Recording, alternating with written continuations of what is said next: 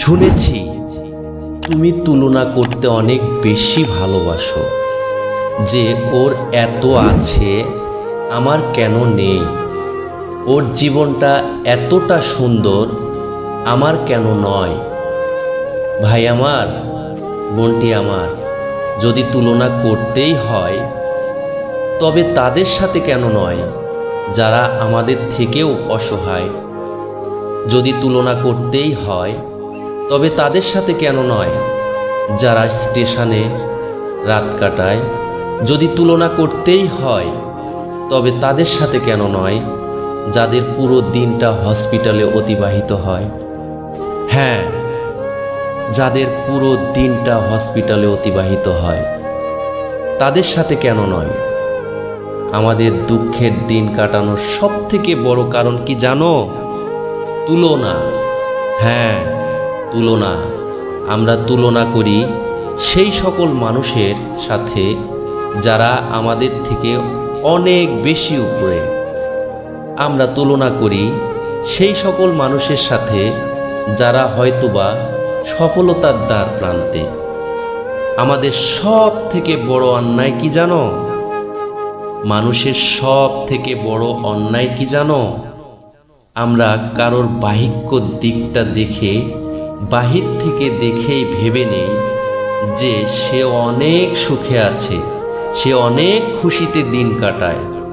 কিন্তু হতে পারে তার জীবনটা অনেক বেশি দুঃখে ভরা। তার হয়তোবা রাতের ঘুম নাই, হতে পারে সে হয়তোবা তোমার জীবনের মতোই একটু সুখ পেতে চায়। আমাদের সব থেকে বড় অপরাধ কি জানো? আমরা মনে করি টাকায় হয়তোবা সুখ এনে দেয়, কেনা যায়। টাকায় হয়তোবা সুখ কেনা যায় না, কিন্তু বাস্তবে এর কোনোটাই নয়। টাকায় সুখ কেনা যায় না, টাকা কখনো সুখ এনে দিতে পারে না। আমাদের অন্যায়, আমরা মনে করি কাল অথবা পরশু সুখ আসবেই। আসলে বন্ধু, সুখ কখনো কারো জীবনে আলাদাভাবে আসেনি আর আসবেও না। হ্যাঁ, সুখ আলাদাভাবে আসে না। প্রতিটা দিনের মধ্যেই তোমাকে সুখ খুঁজে নিতে হবে, প্রতিটা দিনের মধ্যেই সুখ খুঁজে নিতে হয়। শুধু যে তুমি তা কিন্তু নয়, এই পৃথিবীর সকল মানুষই কিন্তু সুখের সন্ধানী। আমরা সকলেই সুখের সন্ধানী। বাস্তবে প্রকৃত সুখ কোথা থেকে পাওয়া যায় জানো? কিভাবে পাওয়া যায় জানো? চিন্তা ভাবনা থেকে। হ্যাঁ, চিন্তা ভাবনা থেকে। আমি যেটা পেয়েছি সেটা কজনই বা পায়? আমার মতো সুখের জীবন কজনেরই বা হয়?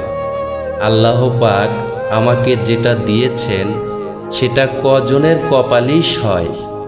কতজনেরই কপালে সয়? আলহামদুলিল্লাহ, যেখানে আছি অনেক ভালো আছি। এই চিন্তা ভাবনা পৃথিবীর শত কোটি মানুষের মনে এখনো সুখ জাগিয়ে রেখেছে। পৃথিবীর শত কোটি মানুষকে এখনো সুখে রেখেছে। তাই তুমি বিশ্বাস করো যে তুমি সুখে আছো, আর এটাই সুখে থাকার সবথেকে বড় মন্ত্র, সবথেকে উত্তম সূত্র।